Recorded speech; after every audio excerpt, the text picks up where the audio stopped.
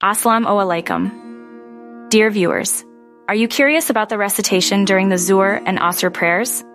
Let's dive into the details.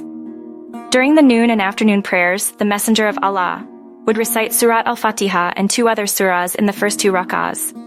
Sometimes, he would recite the verses loud enough for the congregation to hear. Interestingly, he would prolong the first rak'ah more than the second, and this pattern was also observed in the morning prayer.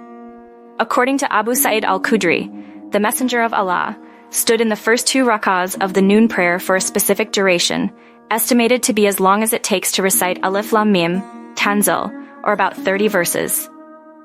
The duration for the last two rak'ahs and the afternoon prayer followed a similar pattern. Understanding the nuances of the recitation during these prayers provides a deeper insight into the traditions and practices of the Prophet Muhammad, peace be upon him. If you find these discussions enlightening, don't forget to subscribe, like, and share Flah Hadith Explained.